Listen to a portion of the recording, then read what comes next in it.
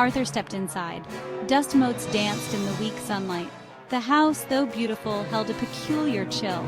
Ancestral home, they called it. A legacy. His inheritance felt more like a burden. The air hung heavy, thick with the silence of ages. He wandered through empty halls, footsteps echoing. Each room whispered stories, untold, unheard. Arthur felt a shiver, not from the cold, but from an unseen presence. The first night, sleep evaded him. Floorboards creaked, the house sighed around him. Then he heard it. A whisper, soft, indistinct, like wind through dry leaves. He sat up, straining to listen. Silence. The next night, the whispers returned.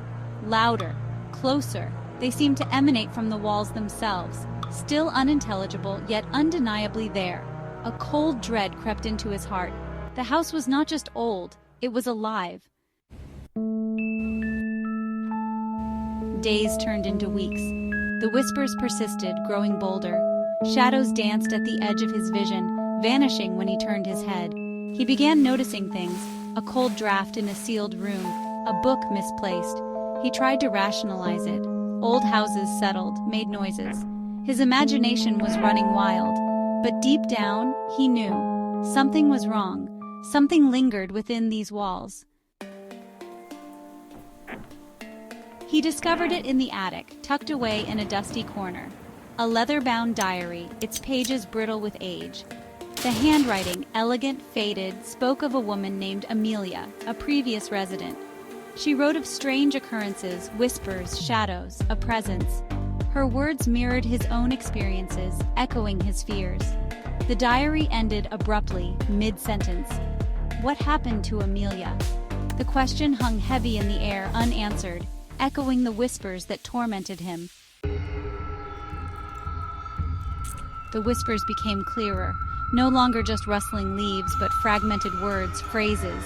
He strained to understand, heart pounding.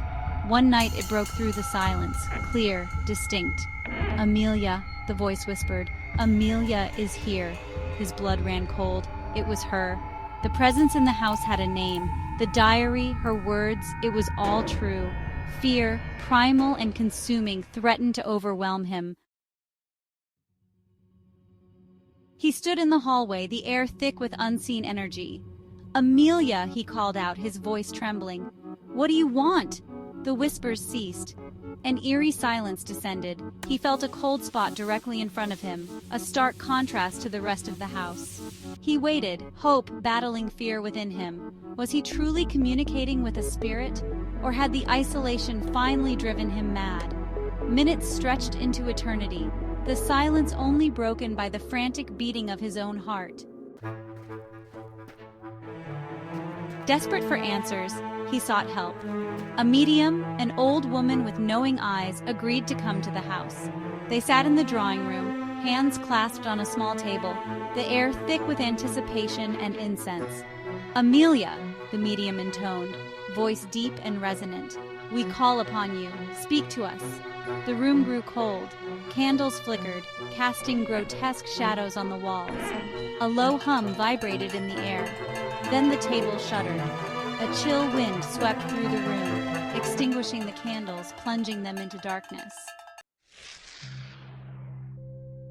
Panic seized him. He fumbled for his phone, the cold metal a comfort in the dark. Suddenly, a light flickered in the darkness. Not a candle, but a soft, ethereal glow. It hovered above the table, pulsating gently. Then a voice, barely audible. I am at peace, it whispered. Let go. The light grew brighter for a fleeting moment, bathing the room in an otherworldly glow, then vanished. The room was silent, still, the presence gone. The police found no explanation for the disturbances. The medium, shaken but unharmed, left with more questions than answers. Arthur remained in the house. The whispers were gone, replaced by an unsettling quiet. Was Amelia truly at peace? Had he imagined it all? He didn't know. But one thing was certain. The house held on to its secrets, and Arthur, living within its walls, was left to grapple with the unknown, forever haunted by the whispers of the past.